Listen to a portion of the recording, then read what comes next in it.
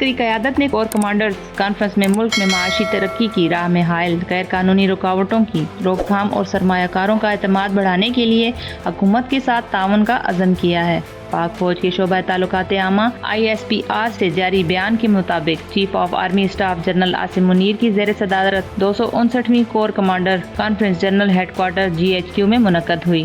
بیان میں کہا گیا کہ عسکری قیادت کی جانب سے خصوصی سرمایہ کاری سہولت کونسل کی چھتری تلے معاشی ترقی کے لیے جاری کوششوں میں مکمل تعاون کرنے کا عزم دہرایا گیا۔ ISPR کے مطابق اجلاس میں کہا گیا کہ معاشی استحکام، نمو اور سرمایہ کاروں کے اعتماد کو ٹھیس پہنچانے کے لیے ہونے والی تمام غیر قانونی سرگرمیوں کی روک تھام کے لیے حکومت کے ساتھ مکمل تعاون کیا جا رہا ہے۔ کانفرنس میں پائیدار امن اور ترقی کے لیے بلوچستان کے سرحدی اضلاع اور خیبر پختونخوا کے نئے ضم شدہ اضلاع کی ترقی کی ضرورت پر بھی زور دیا گیا۔ اس سے قبل chief of army staff general Asim Munir کی جانب سے تاجروں کو ایکسچینج ریٹ میں شفافیت لانے کے لیے اقدامات کی یقین دہانی کرائی گئی تھی۔ Army chief general Asim Munir نے کور ہیڈ کوارٹرز لاہور میں تاجروں سے گفتگو کرتے ہوئے کہا تھا کہ منی ایکسچینج کو ٹیکس کے دائرے میں لایا جائے گا، ڈالر کے تبادلے اور انٹر بینک ریٹ میں شفافیت کو فروغ دیا جائے گا۔ انہوں نے خصوصی سرمایہ کاری سہولت کونسل کے اہم کردار کو اجاگر کرتے ہوئے سعودی عرب، متحدہ عرب امارات، کویت اور دیگر ممالک سے 100 ارب ڈالر تک کی خاطر خواہ سرمایہ کاری کو راغب کرنے کی صلاحیت پر زور دیا تھا۔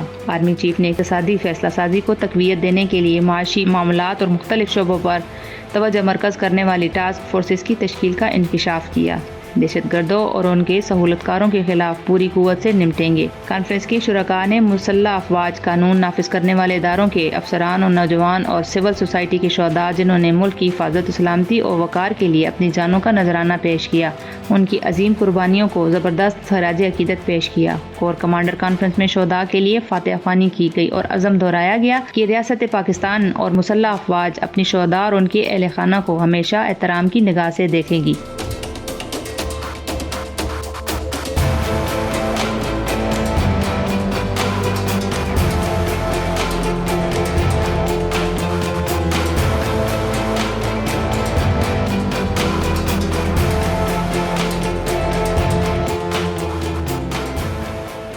بیان میں کہا گیا کہ پاک فوج نے 6 ستمبر کو ملک بھر میں یوم دفاع اور شہداء بھرپور طریقے سے منانے پر پوری قوم کا شکریہ ادا کیا۔ کور کمانڈرز کانفرنس کی شرکاء نے ہر قسم کی بالواسطہ اور بلا واسطہ خطرات کے خلاف پاکستان کی خود مختاری اور علاقائی سالمیت کے دفاع کے لیے پاک فوج کی عزم کا اعادہ کیا۔ آرمی چیف کی زیر صدارت فورم نے ایک بار پھر عزم کیا کہ ریاستی اداروں اور عوام کے درمیان خلیج پیدا کرنے والے مذموم پروپیگنڈا کرنے والوں کو مایوسی کے سوا کچھ حاصل نہیں ہوگا اور اس کے نتیجے میں ایسے عناصر مزید ناکام ہوں گے۔ عسکری قیادت نے کہا کہ یقین بنایا گیا کہ دہشت گرد جو پاکستان کو غیر مستحکم کرنے کی کوشش میں مصروف ہیں، ان کی سہولت کاروں اور ان کی حوصلہ افزائی کرنے والے عناصر کے خلاف ریاست مکمل طاقت کے ساتھ نمٹے گی۔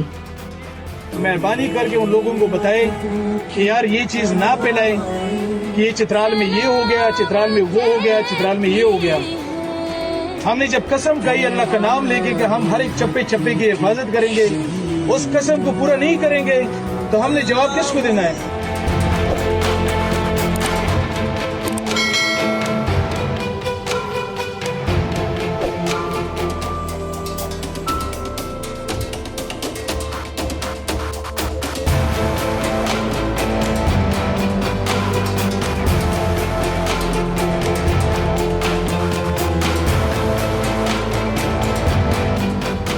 جرگے کا چترال کے امن کو درپیش خطرات پر تشویش کا اظہار۔ افغانستان سے طالبان دہشت گردوں کے بمرات اور جنجریٹ کے سرحدی علاقوں میں چترال اسکاؤٹس کی چوکیوں پر حملے کے بعد چترال میں اروندو سے بروغل تک کوہرام کی فضا چھا گئی۔ 6 ستمبر کو ہونے والے دہشت گردانہ حملوں میں چترال اسکاؤٹس کے 4 جوان شہید اور سینکڑوں زخمی ہوئے۔ چترال ایک مثالی پرامن علاقہ ہے جہاں ہر سال ہزاروں ملکی اور غیر ملکی سیاح آتے ہیں، جن میں سے زیادہ تر کالاش کمیونٹی کی طرف راغب ہوتے ہیں۔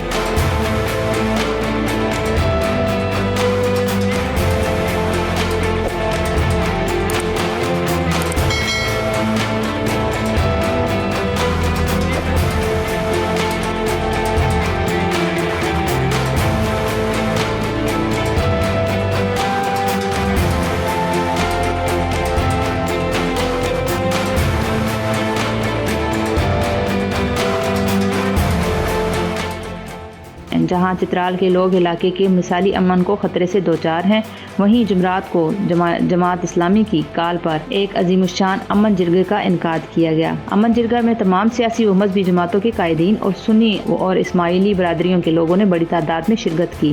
جرگہ سے خطاب کرتے ہوئے عمائدین نے کہا کہ چترال کے لوگ ہمیشہ پاکستان اور فوج کے وفادار رہے ہیں، لیکن چترال کے علاقوں میں طالبان کی دراندازی اور چترال اسکاؤٹس کے اہلکاروں کے ہلاکت کے بعد ہر چترالی پریشان ہے۔ ان کا کہنا تھا کہ چترال میں بہت سی ایجنسیاں کام کر رہی ہیں، لیکن اس کے باوجود دہشت گردوں کی دراندازی کو روکنے کے لیے کوئی اقدامات نہیں کیے گئے۔ مقررین نے کہا چترال لیویز یعنی بارڈر پولیس کا بنیادی فرض سرحدوں کی حفاظت کرنا ہے، لیکن پوری فورس ڈپٹی کمشنر اور اسسٹنٹ کمشنر کے دفاتر اور کچھ اپنی رہائش گاہوں میں بھی تعینات ہیں۔